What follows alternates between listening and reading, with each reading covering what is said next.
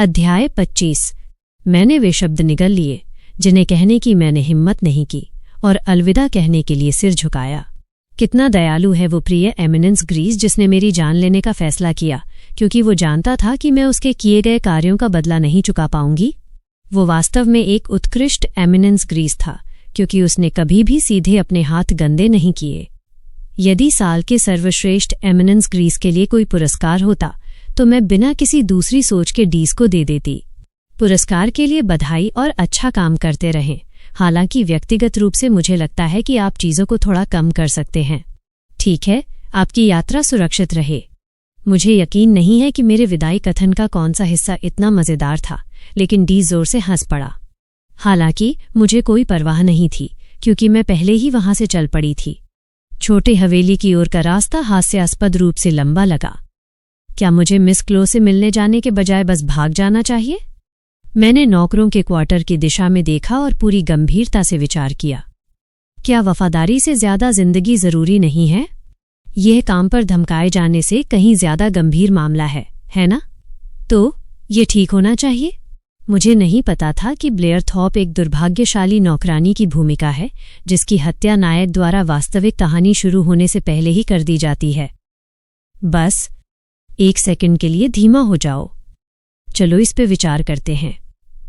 Miss क्लो को अभी तक डीज के लिए भावनाएं नहीं हैं, तो शायद वो मुझे जिंदा रहने देगी। Blair Thorpe.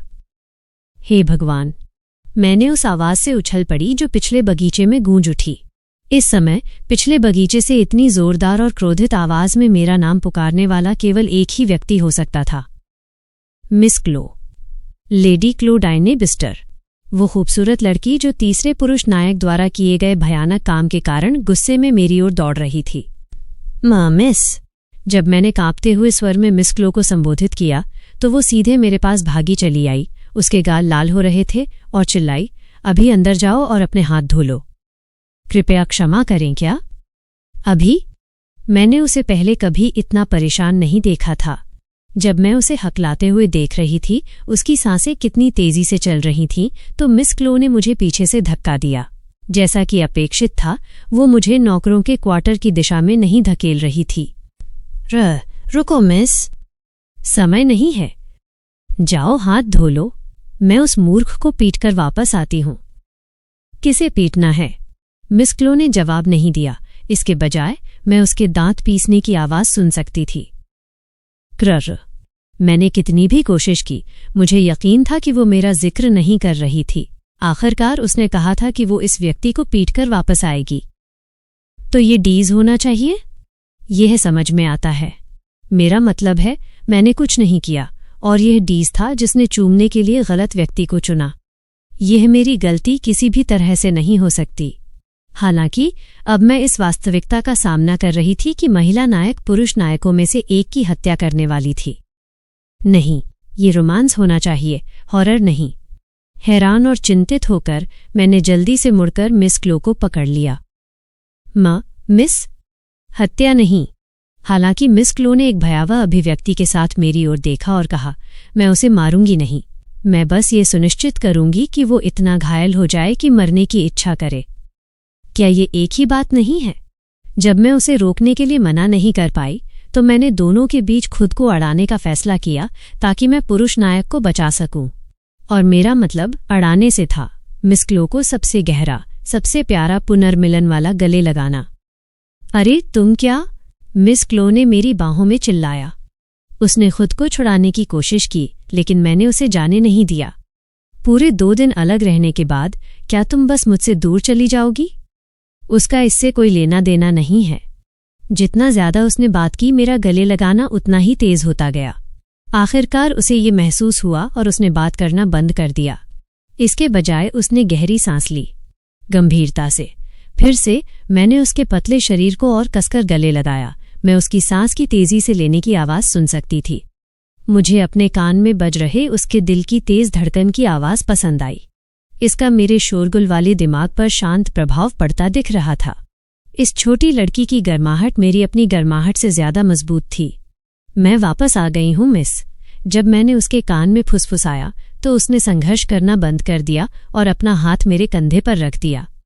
फिर उसने हमेशा की तरह अजीब तरह से थपथपाया और कहा, मैं इतना जानती हूं। मुझे उसकी आवाज़ का ठंडा लहजा बुरा नहीं लगा, क्योंकि मुझे अभी भी याद था कि उसने एक दिन पहले मुझे सांत्वना देते हुए कितनी दयालुता दिखाई थी। वापस स्वागत है। और यही वो वास्तविक कोमलता थी जो उसके भीतर मौजूद थी।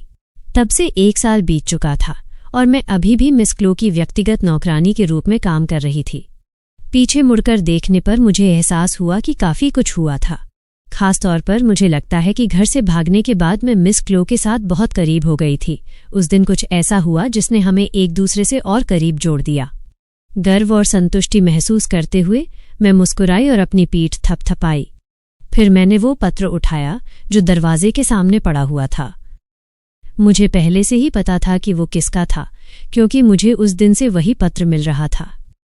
क्या तुम सच में हमारे साथ सारे रिश्ते इसी तरह तोड़ने की योजना बना रही हो? परिवार परिवार होता है। पत्रों की सामग्री हमेशा रूढ़िवादिताओं से भरी होती थी। इसने उन्हें उबाऊ और नीरस बना दिया, जिसका मतलब था कि वे मेरी रुचि कभी नहीं जगा सकते थे। मुझे लगता है कि मैं अब से उन्हें पढ़े बिना फेंक सकती हूँ। मैंने पत्र को कूड़ेदान में धकेल दिया और अपने कमरे से बाहर निकल गई। जब मैं मिस क्लो के कमरे की ओर जा रही थी तो मैंने अपनी बाहों को फैलाया। पिछली रात आए एक असामान्य दुस्वप्न के कारण मुझे थोड़ा अकड़न महसूस हो रही थी। हालांकि ये काफी समझने योग्य था, क्योंकि कल दिन में झपकी के दौरान मैंने जो सपना देखा था उसने बहुत बड़ी छाप छोड़ी थी। मैं उस सपने के बारे में कैसे भूल सकती थी जिसमें मिस क्लो एक पुरुष बन गई थी? यह इतना तीव्र था कि मुझे एक अनुवर्ती दुस्वप्न देखना पड़ा। मेरे दुस्वप्न में मिस क्लो ने अपनी छोटे बालों वाली विग उतार दी और पूछा कि क्या उसने मुझे मूर्ख बनाया है।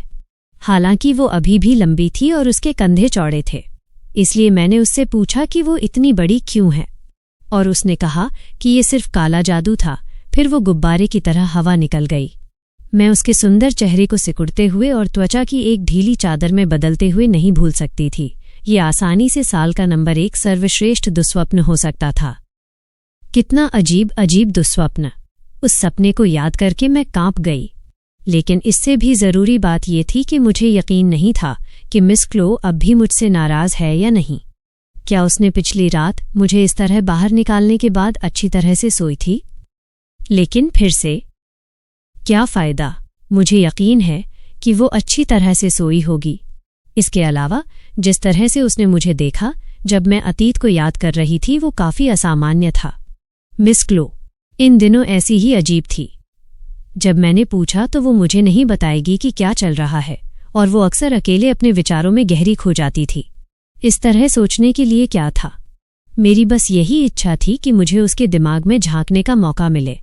अगर मुझे कभी मौका मिला तो मैं सबसे पहले यही जांच करूंगी कि क्या वो वास्तव में मुझे केवल एक तुच्छ महत्वहीन नौकरानी के रूप में देखती है। फिर मैं जांच करूंगी कि वो हाल ही में क्या सोच रही है। ये सब बेकार के विचार सोचते हुए मैं जल्द ही मिस क्लो के कमरे के सामने पहुंच गई थी। हालांकि वहां पहले से ही कोई था। जब मैं दरवाजे के करीब गई और दरार से झांका तो मुझे एक परिचित आकृति नजर आई। साफ सुथरे ढंग से गुथे हुए बाल और बिना किसी शिकन के पूरी तरह से इस्त्री किए हुए कपड़े। वो मिस डेरे थीं जो छोटे हवेली की देखरेख करती थीं। मिस डेरे यहाँ क्यों हैं? स्थिति को समझने में असमर्थ मैं वहीं खड़ी रही। मैं ये नहीं समझ पाई कि वे एक दूसरे से क्या कह रहे थे। जब मैं अंदर जाने में हिचकिचा रही थी, मिस डेरे पहले कमरे से बाहर निकली। नमस्ते, मैंने उसे जल्दी से बधाई दी। ब्लेयर, उसने मुश्किल से मुझे पहचाना। मैंने दरवाजे की दरार से झांका और पूछा, क्या कुछ गलत है? मुझे मौखिक जवाब देने के बजाय मिस डेरे ने मुझे एक लिफाफा सौंप दिया। इसे खोलते हुए मैंने देखा कि ये मिस क्लो के नाम पर था, लेकिन सामग्री ये है। मुझे विश्वास नहीं हो रहा था कि मैं क्या पढ़ रही थी। ड्यूक चाहते हैं कि हम एक डेब्यूटांटे बॉल की तैयारी करें। डेब्यूटांटे बॉल? मैं इस घटना के बारे में पूरी तरह से भूल चुकी थी। 15 से 17 साल की उम्र के बीच के साम्राज्य के किसी भी कुलीन को एक डेब्यूटांटे बनना पड़ता था। कोई भी इसे टाल नहीं सकता था, भले ही वो बीमार हो या विदेश में पढ़ रहा हो। इसे बस गुजर जाने देने का मतलब होगा कि ये व्यक्ति अब किसी भी सामाजिक गतिविधियों में भाग नहीं ले सकता है। मिस क्लो इस साल 17 साल की हो गई थी। इसलिए ये आखिरी साल था जिसमें वो एक की मेज़बानी कर सकती थी। इस आने वाली गर्मियों में फाउंडेशन डे समारोहों के दौरान उसके सामाजिक क्षेत्र में प्रवेश करने का समय था। क्या उपन्यास में कहा गया था कि ड्यूक ने अपने नौकरों को मिस क्लो के डेब्यू में मदद करने का आदेश दिया था? मुझे यकीन है कि वो डेब्यू करती है, लेकिन मेरे लिए याद करना मुश्किल था क्योंकि ये किताब का एक बहुत छोटा हिस्सा था। मैं मदद के लिए अन्य नौकरानियों को बुलाऊंगी, लेकिन तुम्हें याद रखना चाहिए कि तुम्हारी सबसे बड़ी भूमिका है। जी मैडम, मैंने अपना सिर झुकाया और अपनी आवाज में चिंता का भाव रखते हुए जवाब दिया। मैं उसके जाने का इंतजार करने के बाद कमरे में दाखिल हुई। जैसा कि अपेक्षित था, मिस क्लो पूरी तरह से खुश नहीं दिख रही थी। मिस क्लो ने मेरी दिशा में देखते हुए भौहें सिकोड़ी। उसकी लाल आंखें संक्षेप में उस निमंत्रण पर घूमी जो मैंने पकड़ा हुआ था। तुम वो क्यों लाई हो? मैं लापरवाही से चलकर उसके बगल में बैठ गई। उसका बिस्तर अब तक मेरी नियत सीट बन चुका था। लेकिन अच्छी बात तो देखो, तुम सुंदर कपड़े पहन सकती हो और ये फाउंडेशन डे समारोह है। मुझे ऐसी किसी चीज की जरूरत नहीं है, मिस क्लो ने झट से कहा। ईमानदारी से कहूं तो फैशन की बात आती है तो सुंदर चेहरे से ज्यादा जरूरी कुछ नहीं है, इसलिए मिस क्लो को शायद फैंसी कपड़ों की जरूरत नहीं है। मैंने उसके मूड को पढ़ने के लिए उस पर एक नज़र डाली, फिर चर्चा की दिशा बदलने का फैसला किया। लेकिन हमारे पास कोई विकल्प नहीं है। आपका भविष्य दांव पर है। अगर वो एक कुलीन के रूप में रहना चाहती थी तो कोई भी एक डेब्यूटांटे बॉल को टाल नहीं सकता था। इसके अलावा उपन्यास के आधार पर यह कहानी का एक महत्वपूर्ण बिंदु था। डेब्यूटांटे बॉल ने संकेत दिया कि मिस क्लो के जीवन में जल्द ही एक नया अध्याय खुलने वाला था। हालांकि मिस क्लो ने केवल नाक से कोड़ी और कहा, मेरा भविष्य? हाँ, एक कुलीन के रूप में आपको। मैं 18 साल की होते ही इस जगह को छोड़ने जा रही हूं। क्या महिला नायक कहानी छोड़ने वाली है? क्या हो रहा है? The lady and the hound के लेखक। जब मैं झटके से हाँफ उठी तो मिस क्लो ने आगे कहा, तुम्हारे साथ? क्या? बिस्टर हाउस में माहौल बदल गया क्योंकि मिस क्लो ने अपनी डेब्यूटांटे बॉल की तैयारी शुरू कर दी थी। मिस क्लो अब अंधेरे में नहीं थी और सबकी निगाहें उस पर थीं। बहुत से लोग ड्यूक के अभूतपूर्व आदेशों के आसपास सावधानी से चल रहे थे। सबसे अधिक संभावना इसलिए थी क्योंकि वे ये निर्धारित करने की कोशिश कर रहे थे कि उन्हें किसकी चापलूसी करने की जरूरत है। इस वजह से डचेस मिस क्लो पर अपनी पकड़ कस रही थी। हालांकि पिछले 1 साल में बहुत कुछ बदल गया था। सबसे ध्यान देने योग्य बदलाव यह था कि डचेस के पास अब घर में उतनी शक्ति नहीं थी। हर कोई इस तथ्य से अवगत था कि ड्यूक और डचेस कुछ रिश्ते की समस्याओं का सामना कर रहे थे। मैंने दूर से घटनाओं के मोड़ को देखते हुए खुशी से छलांग लगा दी थी। हम आखिरकार मुख्य कहानी की शुरुआत तक पहुंच रहे हैं। ठीक उपन्यास की तरह मिस क्लो के लिए उसका नया जीवन शुरू करने का मार्ग प्रशस्त किया जा रहा था। हमें बस डेब्यूटांटे बॉल को पूरा करना है और मिस क्लो की क्षमता के प्रकट होने का इंतजार करना है जब वो 18 साल की हो जाएगी। जिस तरह से हर कोई मिस क्लो के साथ व्यवहार करता था, उसमें एक तीखा मोड़ आने वाला था। ड्यूक और उसके बेटे के रवैये में बदलाव के साथ उनके नौकर भी जरूर ढिलाई बरतेंगे।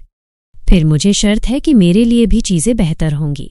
अब और धमकाना नहीं जैसे वे पहले करते थे। केवल अच्छी चीजें आने वाली हैं। भविष्य के लिए उत्साहित होकर मैं गुनगुनाई। आज मेरे कदम हल्के लग रहे थे क्योंकि मैं मिस क्लो के कमरे की ओर जा रही थी। आज वो दिन था जब मिस क्लो फाउंडेशन डे समारोहों के लिए अपनी पोशाक की फिटिंग करवा रही थी और कई नौकरानियां सुबह से ही उसकी सेवा में लगी हुई थीं। इसलिए मैंने मिस क्लो के कमरे की ओर जाने से पहले अपने अन्य काम पूरे करने का फैसला किया था। मुझसे दूर हटो। दरवाजे पर पहुंचते ही मैंने किसी को निराशा से चिल्लाते हुए सुना। मुझे ये अनुमान लगाने की जरूरत नहीं थी कि वो मिस क्लो ही होगी। कहानी जारी है।